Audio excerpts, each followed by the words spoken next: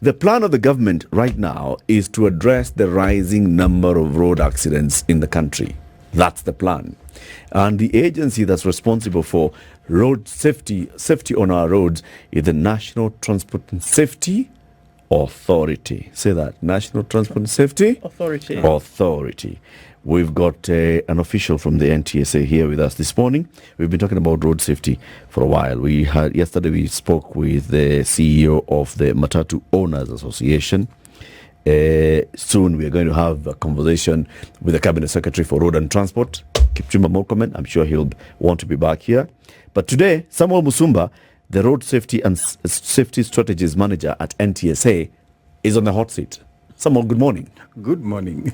Welcome to Kenya's biggest conversation. Thank you so much for hosting us. Karibu sana. Yeah. That is the hot seat of the Situation Room. But make yourself comfortable. Oh, it's cold. Incidentally. Inside. We particularly and especially made it cold because we knew you were coming. Oh, thank you. Yeah. Because it's going to be hot. Just so that you get comfortable. Thank you. And then we shall now start heating up the seat a little bit as we go. Thank you. But we welcome you to the conversation on behalf of our colleague Siti Muga, who's not in today. I've got the day's proverb. You know what Siti does. Every week he goes across Africa. He lands in one country and says, let me find out what proverbs the Wahenga of this country have come up with. This week he landed in the kingdom of Morocco. Have you been to Morocco, someone? No. What do you know about Morocco? Like, do you know a city in Morocco? Is in North Africa, that part of it. Our brothers, I think, are so different from us. They're more Arabic kind of origin, I would say. So Muslim by faith. Yes. I think that is critical. Just a bit of that. And it's partly desert, I know, fairly desert. Yes. Compared to the other areas of Africa. Yes. Yeah, it's a bit of that. You're right. Very many aspects. Number one, religion. 99.6% of the people in Morocco practice Islam, with Sunni Islam being 99.2% and Shia 0.45%. The other religions, they are Baha'i 0.1%, Christian 0.09%, Jews 0.01%, and agnostics 0.13%. The population of the people of Morocco is just about what? I had a population numbers here. I'll tell you shortly. But the capital city of Morocco is Rabat. The largest city in Morocco is Casablanca. Okay. Okay. Now I know. Now you know quite a bit about Morocco, the kingdom. Yeah. The king of Morocco? Mohammed VI. Mohammed VI. Okay. Today's proverb. If you are responsible for a problem, you should find the solution. If you are responsible for a problem, you should find the solution. What's your interpretation of that proverb? I'll say like the Swahili say, the saying in Swahili which says what? Penye mwiba unakuchomea. I think that is where it comes from. If I have a problem, which may be my own creation or otherwise, I should be able to source for support here and there, think around it, maybe at a personal level. If I can't manage, then reach out to somebody to assist. Because again, at the end of the day, all of us have problems, and individual problems at that. Yes. So I can't really guess what you're going through, and as much as I may want to come into your space, I may not do as much. It's actually yourself. It hurts when people sometimes even just take away their lives because of they just didn't think about their problem and see, could I get a solution here?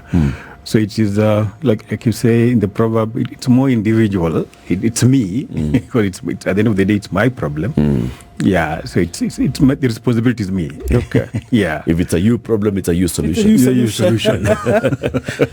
Let's talk about the current problem in the country. The statistics that were released by NTSA through the Cabinet Secretary recently, just looking at the road accidents and fatalities in this country in the first quarter of 2024, are showing a higher number of people have died in Kenya this first quarter compared to first quarter last year. By about what? By about 100 people? Yeah, about 100 people. It has been so sad for us. That's a high number. It's a high number. What's causing this? If you look at January to date, the increase is largely attributed to some of the things that we have been talking about, and people seem not to be taking it too seriously.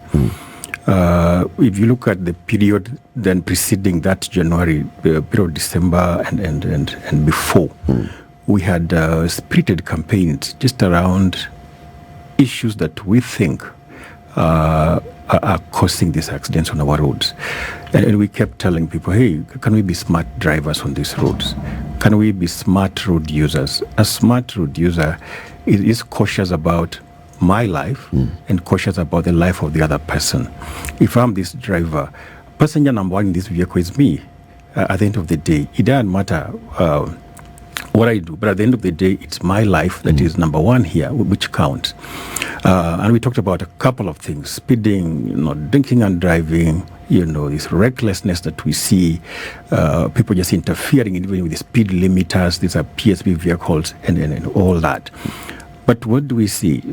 When we thought January will be calmer, like what we saw in December, a bit of control. But again, come January, February, and onwards, we see the upsurge again of these behaviors. And one wonders, why would you, for example, in January, when people even are thinking about school fees and all kinds of things, issues here and there, why would you even go to drink and drive, for example? Spot checks here and there on our roads, and you find people even drinking in the day. In fact, it is driving and drinking at the same time. You get all of this guy and there's beer in the car. They've got alcohol with them. With them. And you're wondering, really, why would you even do this? Some of them serious cases where this is a parent, a family. Looks like the father of this family. Kids are in the car. There's a can of Guinness or can of something, alcohol in the car. You start wondering, really, do we even love ourselves in the first place? So we've seen an upsurge of this, I'll call it very risky behavior, coming up really on our roads. Issue speeding, even when it's raining like this, and you wonder, why would you even speed? Yet roads are very slippery. We've seen guys rolling on very slippery roads, and people are just speeding, and you wonder, really, what is all this? We even saw funny instances the other day on the expressway. It was a bit flooded. And guys who are racing on that road, sort of wanting to show, and then they're recording, incidentally, Kenyans record the bad behavior they do. And they were recording each other, just wading through the water and all that. It is not heroic at all. It is very risky on our roads, and this is really compounding our problem.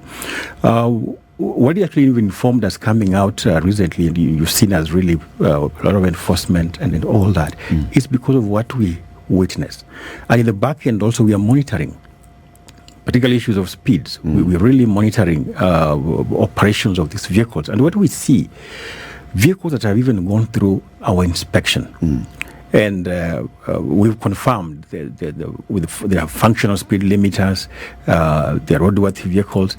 But you wonder, why would we again start seeing instances of speeding in our records? And that just shows that somebody is tampering with these gadgets. Somebody, just out of that, bad behavior, call it just bad behavior, is doing very mischievous things, while on the road. So a lot of this, I would say, in the recent past has really compounded our problem. But we keep asking ourselves, really, where is this coming from? Why would you just be hell-bent not to obey a traffic law? Why would you be just hell-bent not to listen? And you've seen people dying, and we give as many examples as possible. But why would you still do the same thing that driver X did and ended up, they died. And died?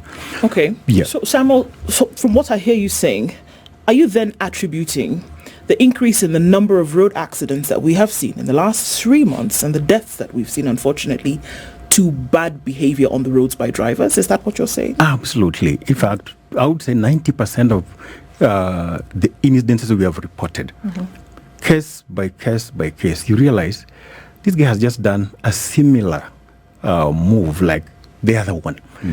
And you just keep asking yourself, then why are we not really learning from some of these incidences?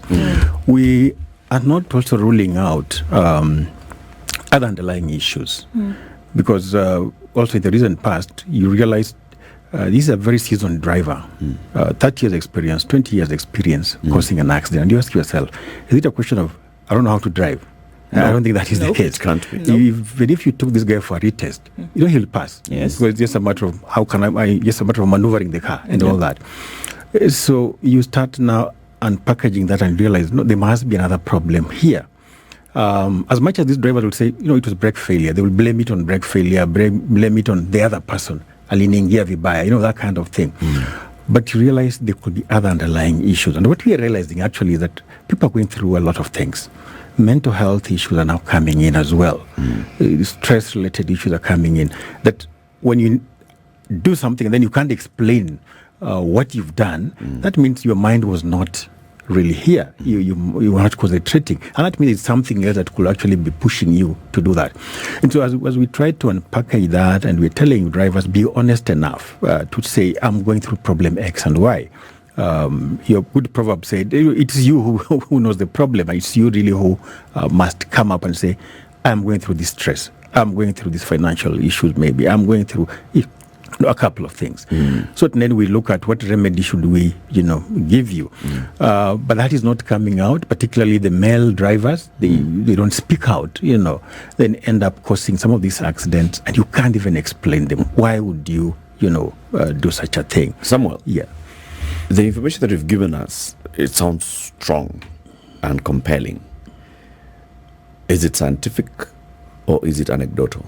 Is it observation? Do you have actual data that you say, from what we have observed, X number of accidents, the investigation that was conducted, we established for sure that the highest probability of the cause of this accident was this driver behavior, and the next and the next? I'll tell you from our statistics, we investigate every incident. And it's a very comprehensive investigation that we do. How do you look at? We have a team of investigators who do that. Together with the National Police Service, we do a lot of this investigation. And our team looks at the following factors. One, the road. Is the road an issue here? How did the driver, for example, approach this space? Or was there signage? Or was there maybe a bump or something? Then they also look at now the mechanical issues of the vehicle. What was the condition of this vehicle by the time it's getting into this incident? And so our inspectors will actually look at a number of things, braking systems and all that. They will look at the entire vehicle. How was it? What was the state of this vehicle? Was it even roadworthy to be on the road in the first place, like for passenger service vehicles? So they will look at all those records. Then three, we now start looking at this driver. What was the state of this driver by the time he's doing this, vis-a-vis the other drivers, for example? So you want really to understand, how was he coming? Was it a question of speed? And then what speeds was he doing? And what was like the motivation behind that speed? Was he overtaking? Then how did he behave in that kind of space?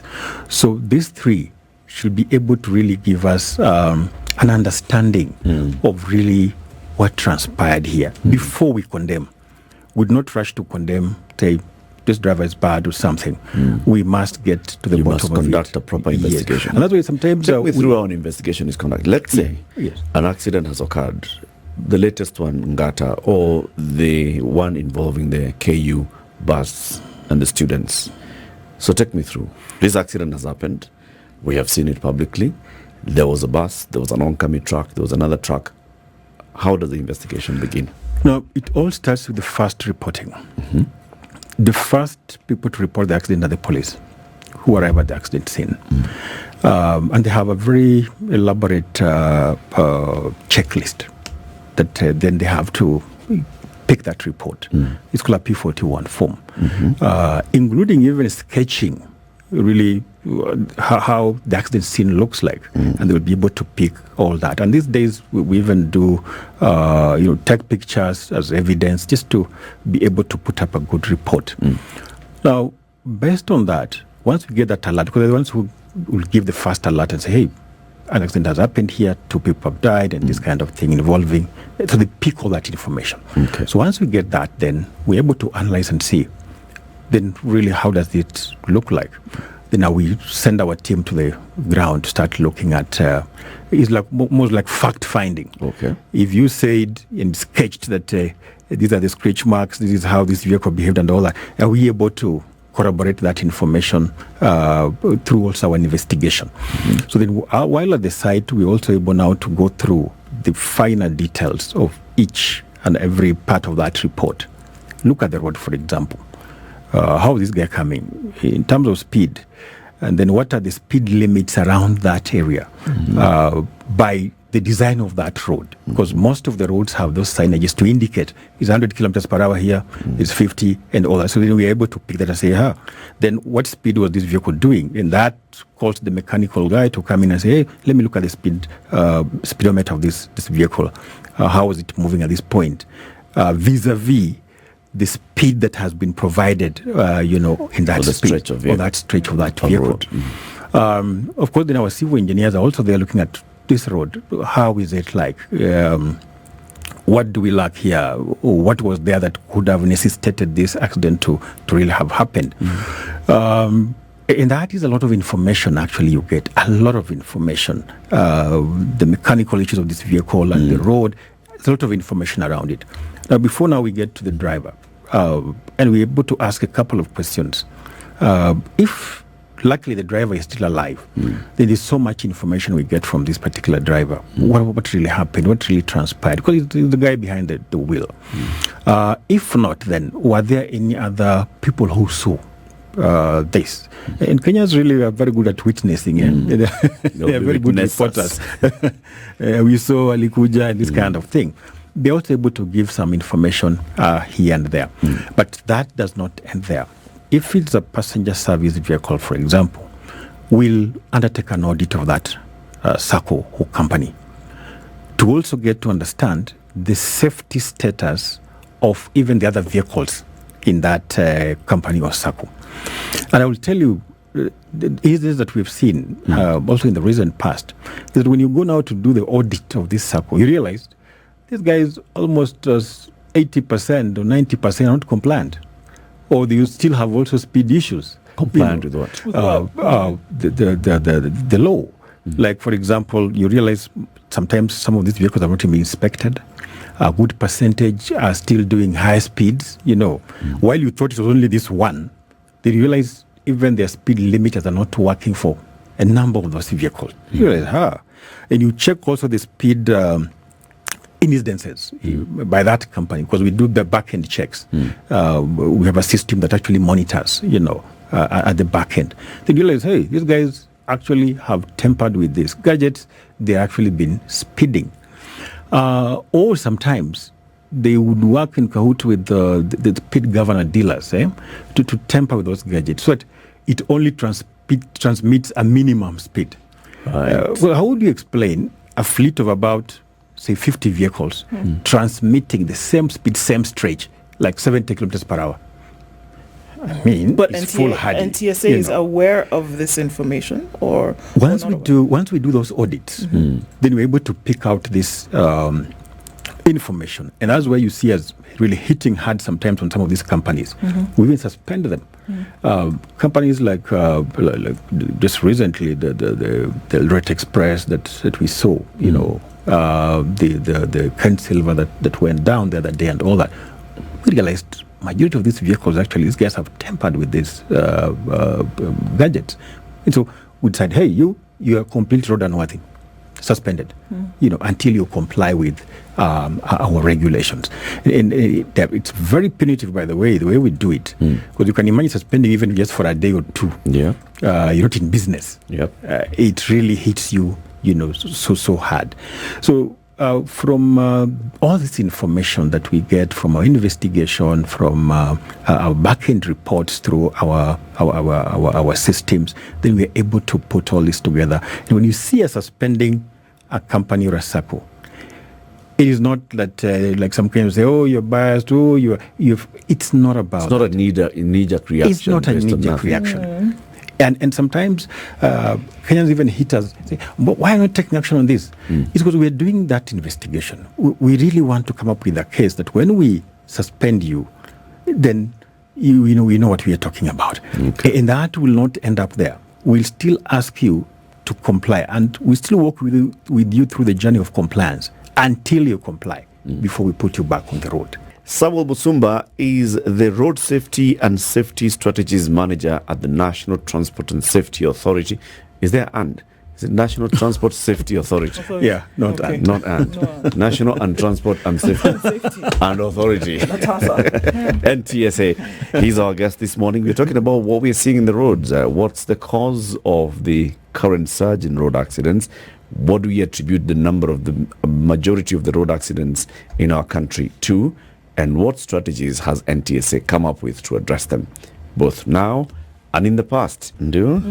All right. So, the things that we've seen, a number of questions, you've touched on this a little bit, a number of questions have led to, have arisen because of the issue of road infrastructure, road furniture, some of the things that are missing as a result of, whatever the case may be.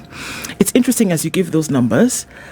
We also know that in the accidents that we've seen in the last year, that the majority of those accidents have resulted in pedestrian death, right?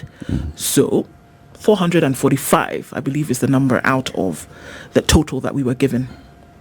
So that means a vehicle hit somebody was crossing the road, somebody was hit on a pavement or would-be pavement, or there was no pavement for them to be walking on. We've seen a number of other vehicles that have been in accidents on roads that are unmarked, unlit, unpaved, unrefurbished. So it brings into question road furniture. How do you attribute then what needs to happen? Because it is an issue. We can talk about bad behavior. And I think, we had this conversation yesterday. I think it does play a role.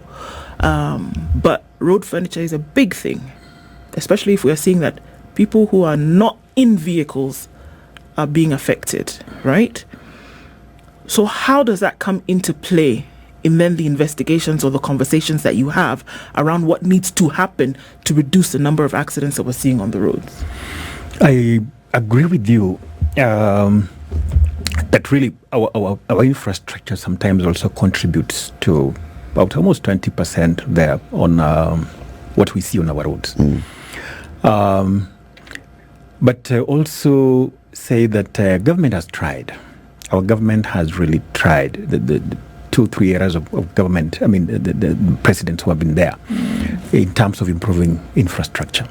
Today, you can comfortably drive to your village on a tarmac road, I would say. I'll give my own example. I could not get my car to the village, but these days I can. Go all the way. I'll go all the way.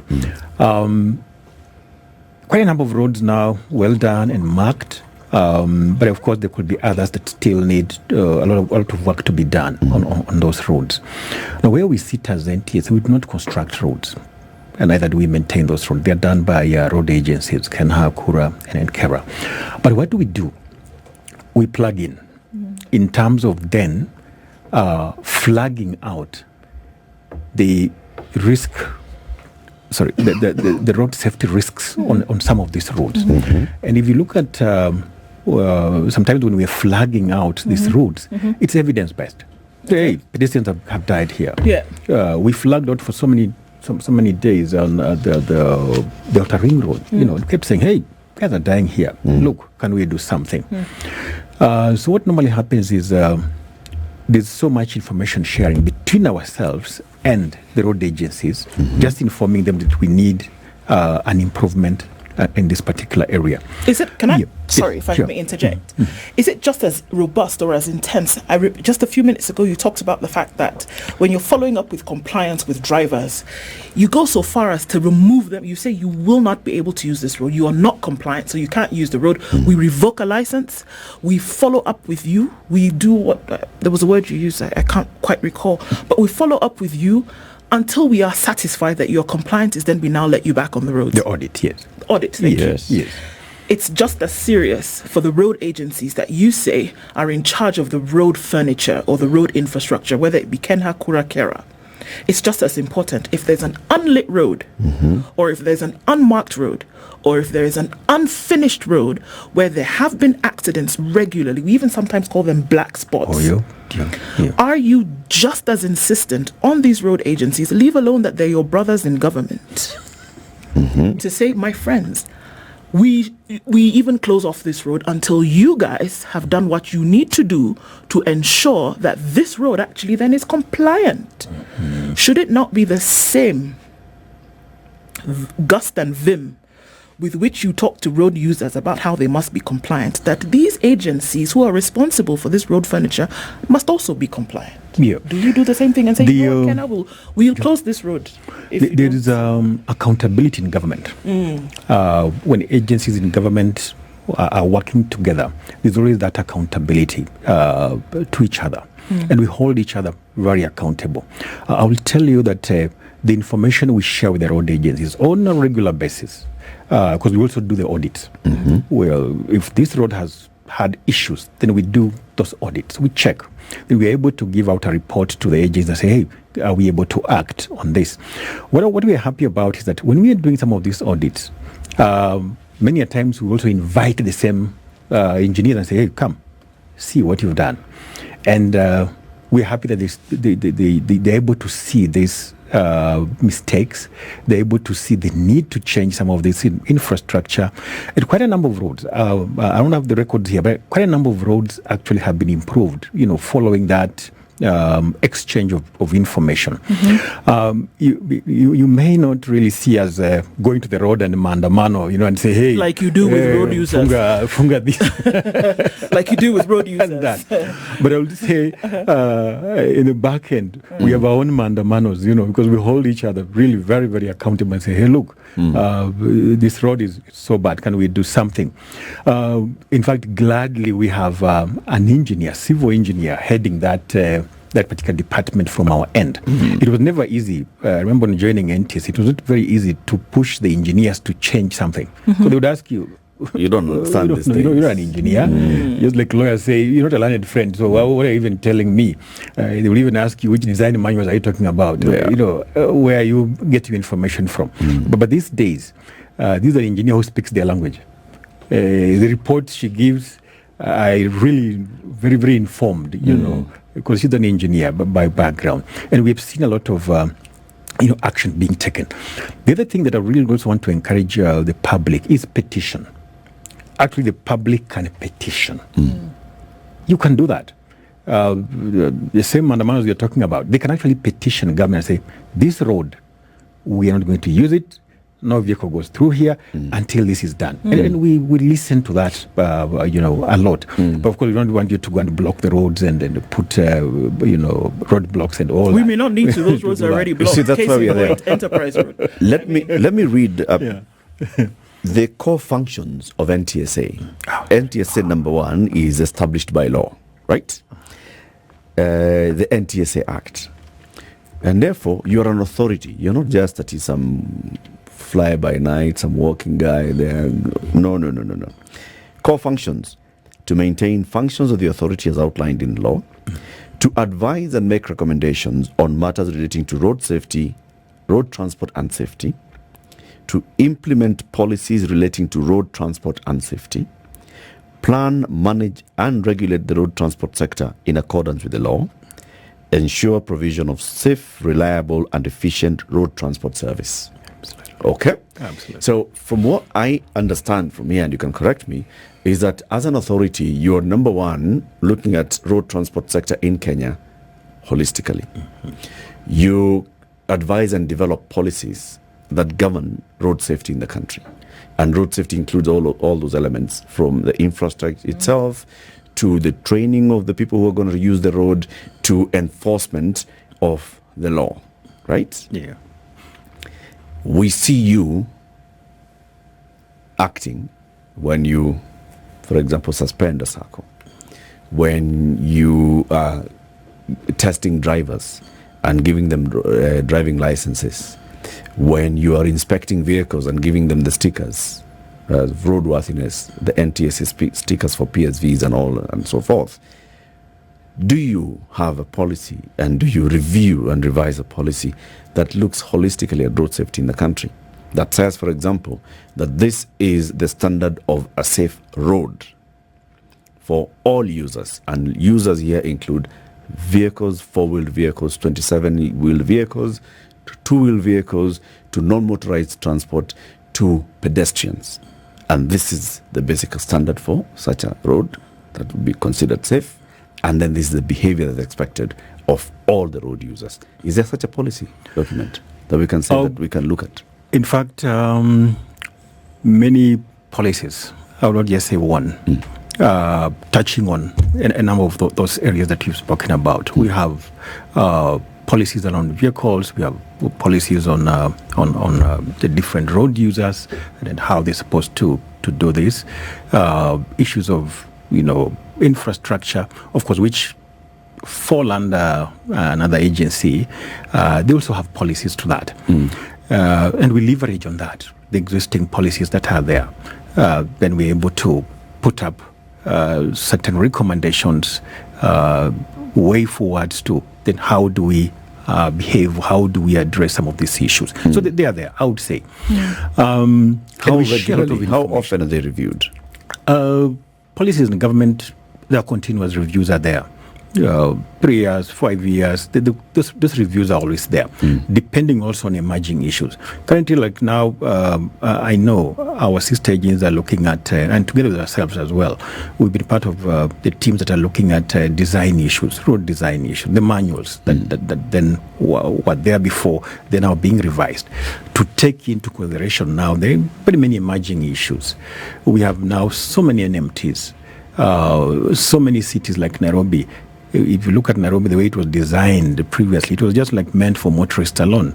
Nobody ever thought that we'll have this kind of population of 4 million people on a given day, and they're trying to access the city either by vehicle or as pedestrians. It's not so easy. So these are some of the things that then push the government to start looking at what kind of policies did we have then and now. How do we accommodate the emerging issues? Look at the vehicles now. You can't compare the vehicles we have today and the vehicles maybe 20 years ago. A lot of things have really, changed.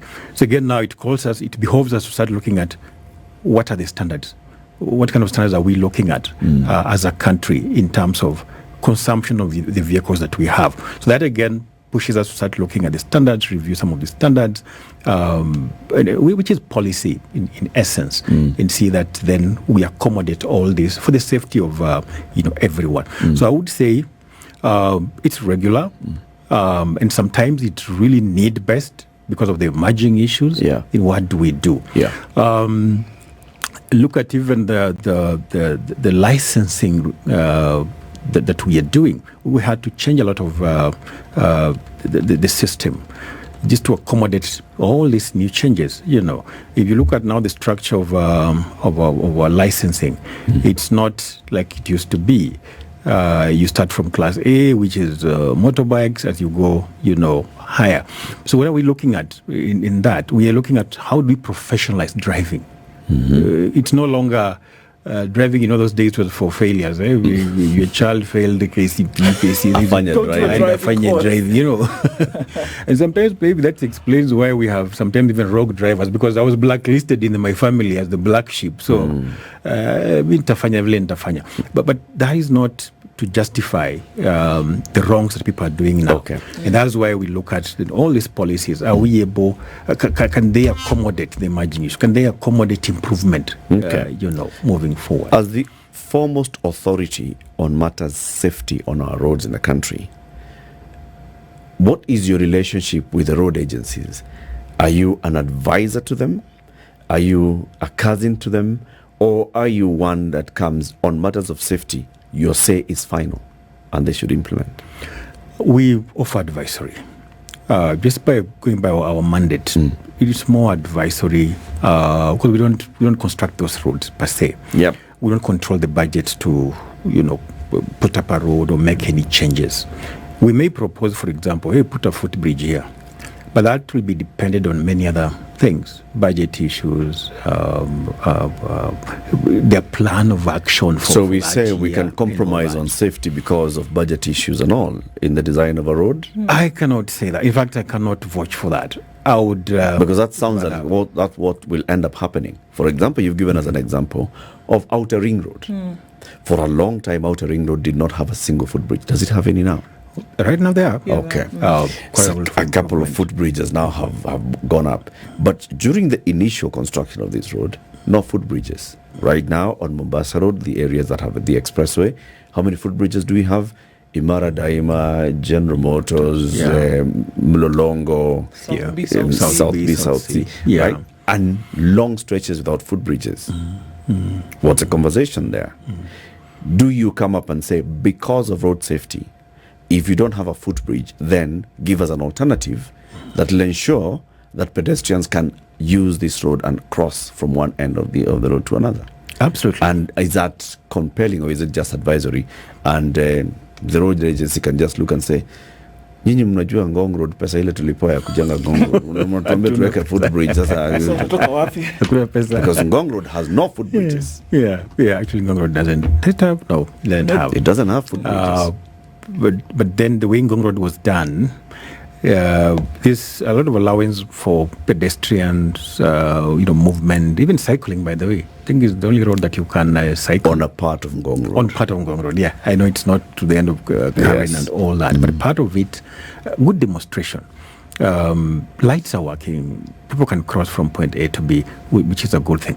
But just to go back to your question, I think when it comes to safety, there shouldn't be any compromise. We shouldn't be giving excuses, particularly where if this was the solution, then we can save a life. We should not be compromising, at all. But of course, every plan has its own issues sometimes, particularly in terms of resources, in terms of the timelines and all that. It may take a bit of time. But what do we do on our end as an advisor? We always keep reminding our colleagues the other side, hey, this road, are we able to do something? Are we able to provide even the simplest of solutions to this? But that again also does not exonerate us from speaking to the road users. It doesn't mean that if completely there's no footbridge here, then I can do what I want. I can risk my life. There are all other options that road users can use. And we keep now talking. That's why now we come in a lot of education and awareness and say, hey, look, this road, just beware. It's risky. And that's where we even are able to highlight the black spots. We don't call them black spots these days because some of us are black. So, hey, you talk about a black spot. Are you putting me in that in that space? Am I risky as well? So the danger spots. There's high risk road. And we say, hey, look, please, if you're on Mombasa Road, try to avoid point A. If you're able to move to point B, the better. If you're on Outer Ring Road, like we never used to have the footbridges, we kept talking to people. Please, if you're on Outer Ring Road, it's high risk. So just watch out on this, watch out on that. But that should not be really an excuse. We have to do what it takes to make sure that everybody there is safe. We even have had to do enforcement by all of the pedestrians. Personally, I was there at GM sometime last week and the other week. It's crazy. Just to tell this Kenyan, hey, look up here. This is a footbridge. That's called a footbridge. That's called a footbridge. Can you imagine? The one you have been looking for. Okay. They have been complaining about it. Now it is there, so nicely done, but they still want to go down there. And the guy says, oh, but it takes me so long to go through here, and I'm just going here. And you keep wondering, really? It's interesting that you mentioned that, Yeah. because just a while ago, NTSA presence from the roads was removed, recalled, said everybody get off the roads because it was causing, or one of the reasons, it was causing, shall we say, trepidation in the hearts and minds of road users, because they see the green and white vehicle and, things go helter-skelter. So stay in the office, do what you need to do administratively, do your advice and your... But now we are seeing that from the Office of the CS recalling NTSA back to the roads in order to establish or to uphold some kind of safety. What do you think is going to be different now with that call to have NTSA presence back on the roads around the country? I expected 3 claps from Wananchi. Oh, when really? the CS said that, because we said, finally, I think you now see that you need us, these roads. Because remember when we were moved from the road, and people went on social media saying, yeah, kudos, man, we can drink, we can do all this man of things. Now, really they're realizing, I think we need these guys here. As much as we had those running battles. But look, these guys look like they were doing something. What we'll do differently? I don't know what we did that time that we need to do differently. But I'll tell you what you were doing. Yeah. You are performing the functions of the police. Really? As a regulator. But the enforcement bit is not really supposed to be our forte. Exactly. As a regulator, by the way, you also once in a while need to come out and see the regulations you are giving once in a while. You are not once in a while. we have to check. Because if you don't do that, chances sometimes are some things may sneak through. Non-compliance issues, and that is what we are seeing. When we did when we came back fully and did our spot checks and all that, we realized, hey, many guys have gone back to, in fact, beyond where they were before, when things were so bad. People just speeding carelessly, drinking carelessly, vehicles overloading and this kind of bad behavior. It's just gone back to that. Then we said, no, so we need to be coming out regularly to ensure that you guys really, comply. And you guys now adhere to the regulations. So it's no harm. Regulators come out. KRA comes out, isn't it? To check on our taxes, what we are doing. KRA is a collector. It's not their job. They're out here to collect. He's a regulator at the end of the day. You are mainly to develop the policy and to ensure implementation of it. Enforcement is somebody else's, but that's another argument altogether. At the beginning of this, I like the word you picked, ensuring. How do I ensure that without enforcing, that you are in studio? I have to come and check by checking that the enforcer is doing his job. Risky behavior is something that you've said is really, really big and a big concern for NTSA currently.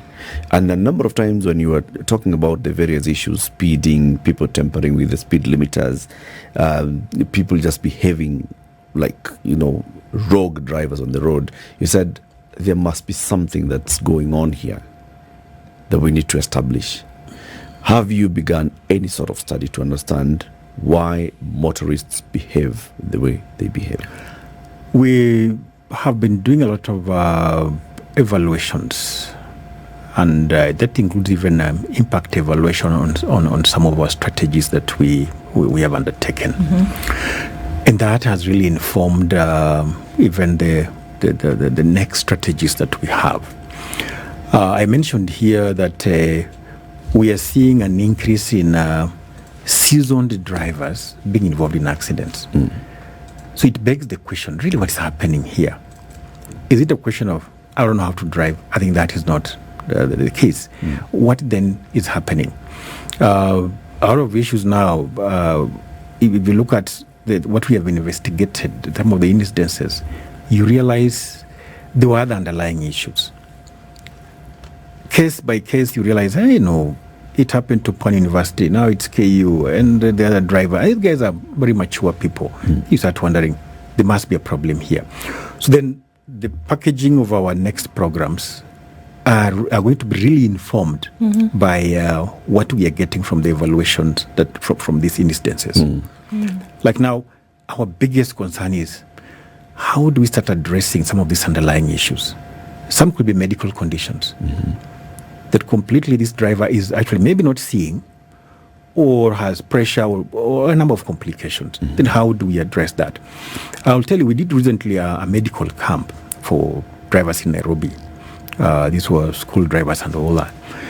And what came out from those reports? Some harrowing,